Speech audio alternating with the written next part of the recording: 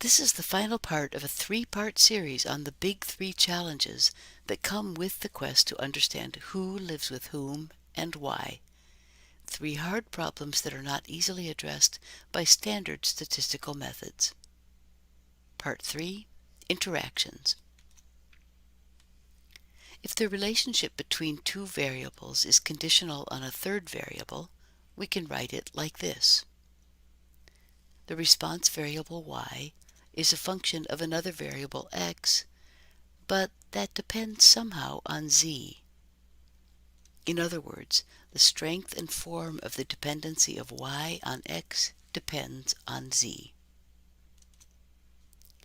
Ecosystems present us with a mind-numbing array of factors, some known, some unknown, that can plausibly affect a species or other variable of interest.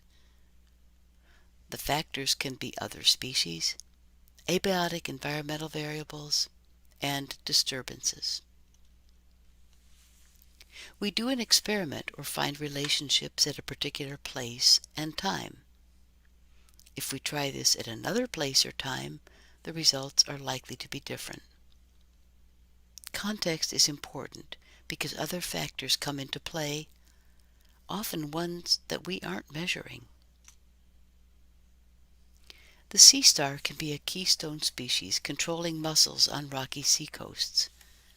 So, symbolically, mussels are a function of sea stars.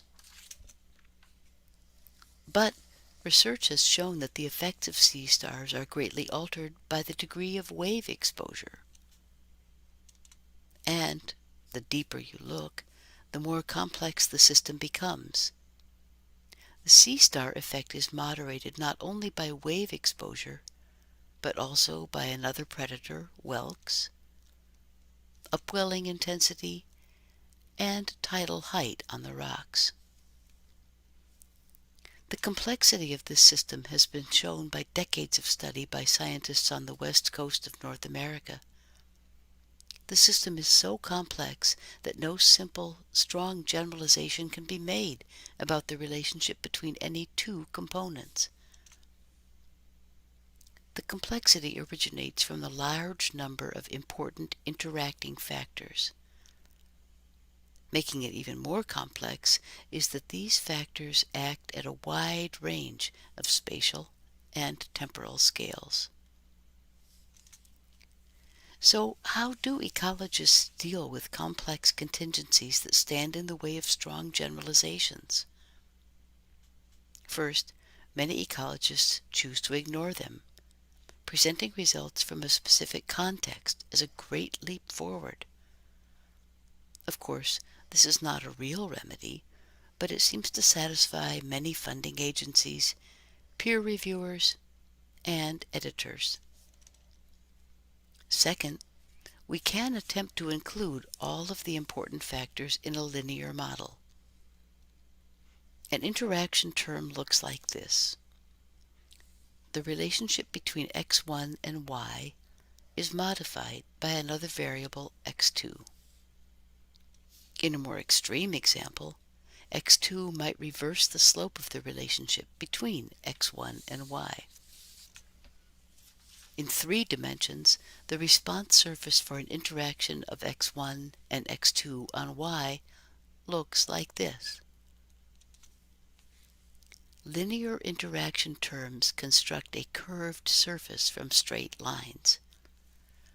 This forms a specific limited range of shapes, all of them hyperbolic paraboloids. The number of interaction terms goes up very steeply with the number of factors in a model and quickly becomes overwhelming and difficult to interpret. Back to the sea star and mussel example, this table shows interactions from only 3 factors: sight, exposure, and sea stars, but still difficult to interpret. Let's switch to a plant's response to moisture and temperature as an example of a nonlinear interaction. We can graph the response to moisture at a series of temperatures. At the lowest temperature, the plant is almost absent. At slightly higher temperature, we see a definite peak abundance in the middle of the temperature range. As temperature increases, the shape of the response curve, the peak height, and the optimum moisture shifts. Converting this to a 3D surface and rotating it reveals the nonlinear species response with strong interaction between temperature and moisture.